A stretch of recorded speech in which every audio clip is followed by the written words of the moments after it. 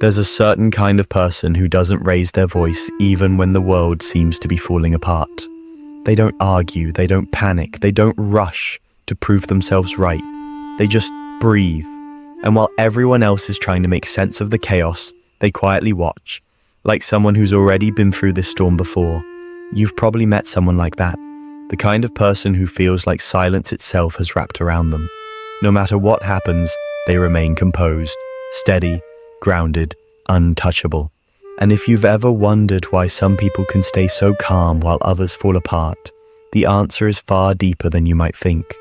Calmness, real calmness, isn't the absence of emotion. It's what happens when emotion meets understanding. It's not that these people don't feel. They do. They just don't react in the same way anymore.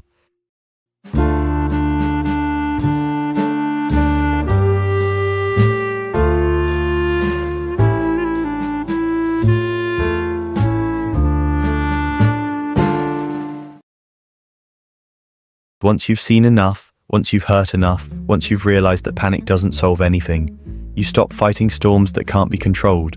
You learn to stand still in the rain instead. That's the psychology of calm people. They weren't born this way. They became this way. See, people who are always calm usually went through phases where they weren't. They were overthinkers once. They cared too much. They tried to control everything, fix everything, please everyone. And every time they tried, they learned the same lesson. That life doesn't bend to your will no matter how hard you push. At some point, they stopped trying to control the ocean and instead they learned to surf it. That's what calm really is.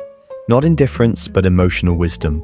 Psychologists often describe this as emotional regulation, but that term doesn't quite capture the soul of it. It's not just about suppressing emotion or pretending everything's fine. It's about understanding emotion so deeply that it no longer has control over you. Calm people aren't emotionless, they're emotionally fluent. They've learned the language of their mind. They can feel anger without exploding, sadness without drowning, and uncertainty without losing balance. Because inside their mind, there's a small voice that whispers, "This too will pass."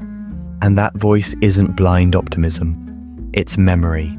They've lived through enough to know that even the worst moments fade, that panic doesn't speed up healing, and that peace isn't found in control, but in acceptance.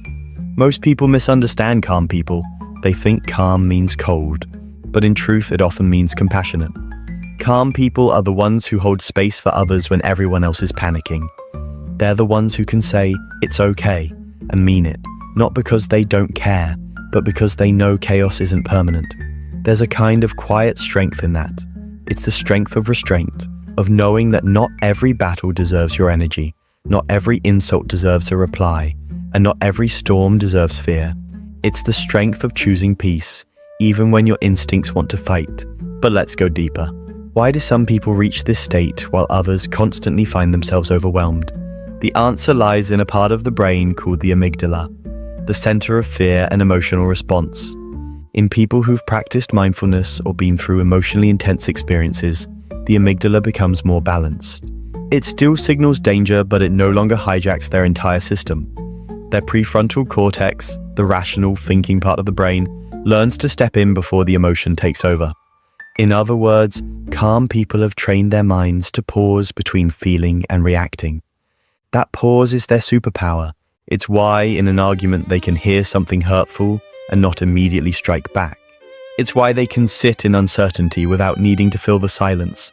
It's why, when the world is loud, they can still hear themselves think. That pause, that moment of stillness, is where wisdom lives. But here's what's fascinating. Calm people often weren't taught to be this way through books or therapy. Many learned it the hard way, through heartbreak, through disappointment, through realizing that reacting quickly often made things worse. At some point, they got tired of their own chaos. They got tired of overreacting, regretting, apologizing, explaining. They reached a point where peace became more important than being right. So now, when tension rises, they choose silence over shouting. They choose to breathe instead of blame. They choose to let go instead of hold grudges that burn from the inside. And yet, that calmness isn't always easy, because sometimes calm people carry storms inside that no one can see. They look peaceful, but their calm is hard-earned. It's the kind that's forged in pain, not perfection. They've cried in private, questioned their worth, felt unseen, misunderstood. And through all that, they discovered that peace isn't a reward for having an easy life. It's a discipline you build when you realize that emotional chaos doesn't serve you anymore. That's why people who are always calm tend to think differently. They're not driven by impulse. They're guided by perspective. They don't chase validation. They chase meaning. They don't need to prove they're right. They'd rather understand. Because deep down, they've realized something most people don't. Reacting to everything makes you a prisoner of everything. The calmer you are, the freer you become. In psychology, there's something called response flexibility. It's the ability to choose your response rather than let it choose you. That's what calm people master. They don't suppress emotion, they channel it. They let the energy move through them without letting it destroy them. That's why they're often the ones who seem so composed during crisis, but break down quietly afterward. Not because they're pretending, but because they understand timing. They know there's a time to feel and a time to act, a time to process and a time to release. Their calmness isn't a mask, it's an internal compass that keeps them aligned no matter how strong the winds get. And if you look closer, you'll notice another thing. Calm people don't just react differently, they see differently. While most people see chaos, they see patterns.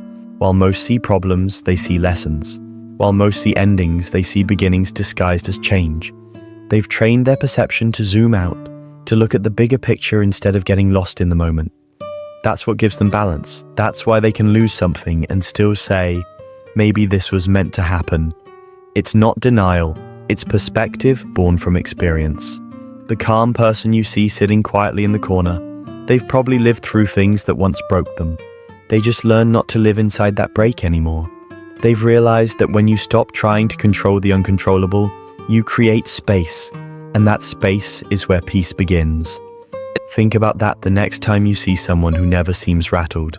They're not detached from life, they're just anchored deeper in it. They've stopped being tossed around by every wave because they've become the ocean itself. Their calmness is not apathy, it's understanding. It's the understanding that not every emotion deserves expression, not every thought deserves attention, and not every situation deserves energy. Because energy to them is sacred. They spend it wisely, on things that build, not break. They've seen how easily chaos can drain a person, how drama can destroy peace, how small reactions can grow into regrets. So they choose differently now. When someone insults them, they pause. When someone misunderstands them, they explain if it's worth it, and walk away if it's not. When life gets heavy, they don't collapse. They lean on faith, on time, on perspective.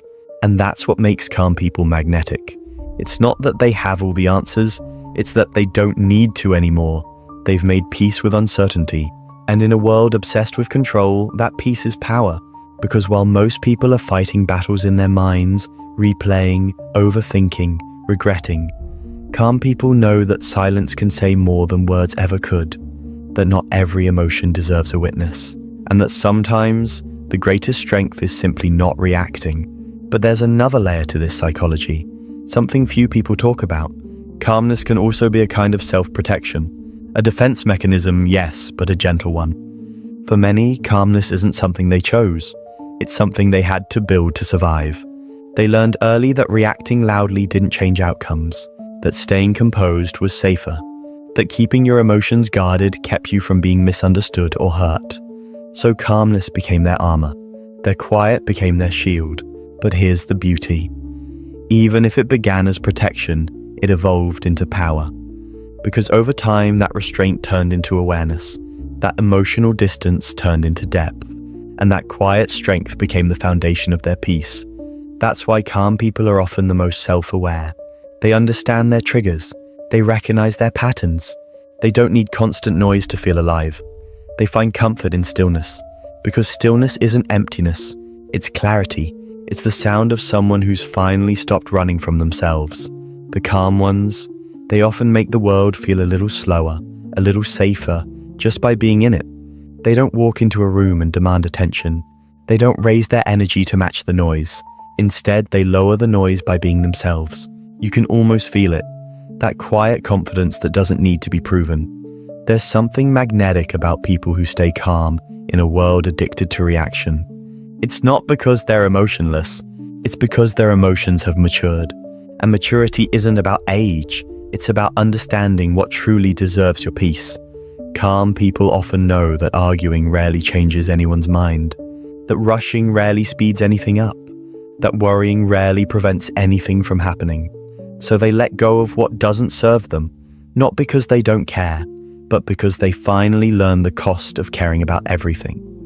The calm person has probably already lived through what you're panicking about. They've already faced the heartbreak, the loss, the rejection, the fear.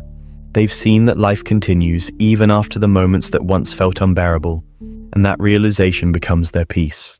It's not that they expect life to be easy, they've just stopped expecting it to be fair, and that shift alone removes half of life's chaos. When something bad happens, most people spiral into why me, but the calm person thinks, why not me?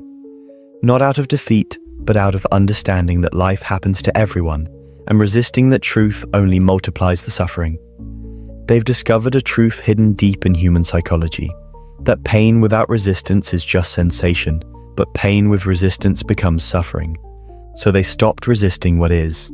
They've accepted the flow of life, not as passive observers, but as active participants who know when to move and when to wait. Because calmness isn't passivity, it's control in its highest form, the control of self. They've learned to separate the external world from their internal one. The world can be loud, unpredictable, cruel at times, but their inner space, that's sacred. They don't allow every external event to dictate their internal state. That's why calm people often feel like they live in a different dimension, because they do. It's the space between stimulus and response that defines them. That tiny invisible pause where they decide whether to feed chaos or peace. That pause is the mark of emotional intelligence. Because the truth is, calmness isn't found. It's created. Every calm person you meet is building it, moment by moment. They've built it in long nights when their mind wouldn't stop racing, in mornings where they wanted to quit, in conversations where they chose silence over reaction. It's not easy, but it's intentional. They've trained themselves to be unshaken, not because life stopped testing them, but because they stopped failing the same emotional tests. If you ask a calm person what changed them, they'll probably tell you, I just got tired. Tired of overthinking, tired of defending, tired of being misunderstood, tired of giving energy to everything that didn't deserve it. So they started valuing peace like oxygen. It's a strange thing. The world celebrates loud success but rarely honors quiet strength. Yet, it's the calm ones who carry the most wisdom. They're the ones who can sit in stillness long enough to actually hear what life is trying to say. They notice more than they speak. They see through the noise, because silence sharpens perception. In that silence, they observe without judgment, and that's what allows them to understand people so deeply. If you think about it, calm people are emotional translators. They don't just hear words, they hear intention. They don't just see behavior, they see the wound behind it. They don't just react to energy, they absorb, decode, and release it. That's why talking to them feels like therapy. You feel seen, not analyzed, understood, not judged, because they're not listening to respond, they're listening to understand. That kind of listening requires stillness, and stillness requires strength, because it's hard to stay centered when others are spinning. It's hard to remain soft when the world keeps trying to harden you. But calm people do it anyway, not because it's easy, but because they know it's necessary. They've realized that peace is not the absence of problems, it's the ability to face problems without losing yourself. And that's what sets them apart. Most people look for peace in perfect conditions. Calm people create peace within imperfect ones. They don't wait for the storm to pass. They learn to find stillness inside it. You'll often find them with simple routines, because simplicity stabilizes the mind. A morning ritual, a quiet walk, a cup of tea, a few minutes of silence before sleep. These little habits aren't random. They're anchors. Psychologically, repetition builds a sense of control and predictability, and calm people protect that pattern because it keeps them grounded. They know that without small doses of stillness, the mind starts to spin stories. And the calmer the mind, the clearer those stories become. There's also something beautifully paradoxical about them. Calm people tend to be some of the most emotional souls, yet they're the least reactive, because they've learned that expression doesn't always require eruption. Sometimes you express emotion by holding it gently until it dissolves. And this doesn't mean they don't feel intensity. They just express it differently. Their sadness turns into reflection. Their anger turns into clarity. Their fear turns into faith. That alchemy, the ability to transform emotion into awareness, is the core of calmness. It's what separates emotional maturity from emotional chaos. But here's something even deeper. Calmness doesn't only change how you feel. It changes how people treat you. When you stay calm, you become harder to manipulate. You become unpredictable to those who rely on emotional reactions. And that in turn protects your energy, because nothing confuses chaos more than someone who doesn't join it. It's a quiet rebellion. When everyone else is racing to respond, the calm person waits. And in that wait, they gain perspective that others miss. They see motives, patterns, dynamics that only reveal themselves in stillness. They don't rush to conclusions because they've learned that truth always unfolds. It doesn't need to be forced. That's why calm people rarely regret their decisions. They give life enough time to show them what's real. And maybe that's the most profound part. Calm people don't just manage emotion. They respect time. They understand that time reveals what emotion hides. That patience is not inaction. It's wisdom disguised as delay. So while others chase quick closure, calm people allow things to breathe, because they know that rushing understanding is the fastest way to misunderstand. If you ask them how they stay so calm, they'll smile and say something like, "I just stopped fighting everything." But what they really mean is, they stopped fighting life. They stopped trying to win every argument, control every outcome, rewrite every past, and predict every future. They started trusting themselves enough to let things unfold. Trust. That's the secret ingredient in calmness. It's not about knowing what will happen. It's about believing that whatever happens, you'll handle it. And that belief doesn't come from ego. It comes from experience, from surviving enough storms to know you'll survive the next one too. That's why calm people often radiate quiet confidence. Not loud, showy confidence, but the kind that feels like gravity. It's not in their words, it's in their presence. You just feel safe around them, because their energy tells you it's okay. We don't have to rush. We don't have to fight. We can just be. And maybe that's what the world needs more of. People who don't add to the noise. People who can pause before reacting, breathe before speaking, and listen before judging. Imagine if everyone learned to do that. Just for a day, the world would sound a lot quieter. And maybe, just maybe, that silence would heal more than words ever could. But let's be real. Staying calm isn't easy. Even the calmest people lose their balance sometimes. They get angry. They break down. They feel doubt. But the difference is they know how to return to stillness.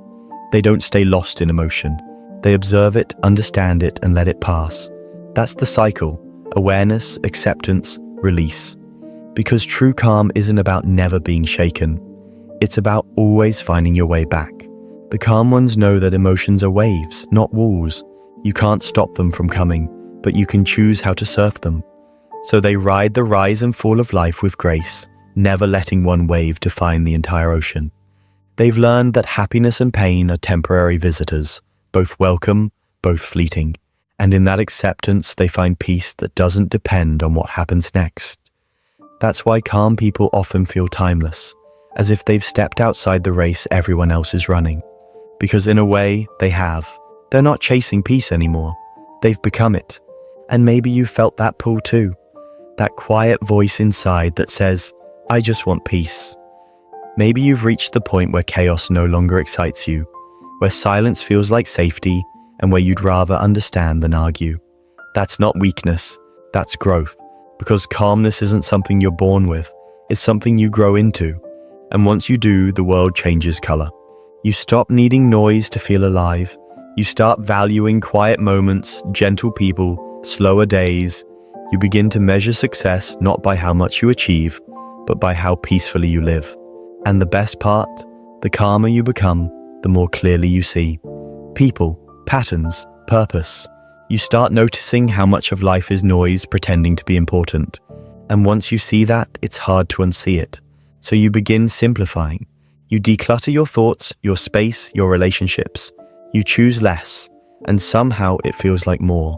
Because calm people know that the goal isn't to have a perfect life, it's to have a peaceful mind. And peace doesn't come from fixing everything outside of you. It comes from learning to rest within yourself, even when nothing outside makes sense. That's what makes calm people rare. Not their lack of emotion, but their understanding of it. They don't escape the storm, they become the stillness inside it. They don't control the wind, they learn to move with it. They don't fear uncertainty, they see it as part of the dance. And maybe that's the message we all need. That calmness isn't found at the end of the journey. It's found when you stop running and decide to be fully here, right now. Because life will always test you. It will shake you, challenge you, break your rhythm. But every time it does, you have a choice, to react or to return. And every time you choose to return to calm, you become a little stronger, a little wiser, a little freer. So if you've ever been told you're too calm, take it as a compliment. It means you've mastered the art of emotional balance in a world that thrives on reaction. It means you've learned to see the storm without becoming it. And it means you've found the kind of strength that doesn't shout. It simply is. Because calmness is not emptiness. It's fullness without noise. It's power without aggression. It's emotion without chaos. And the people who carry that energy, they're the ones who remind the rest of us that peace is still possible. Even here, even now.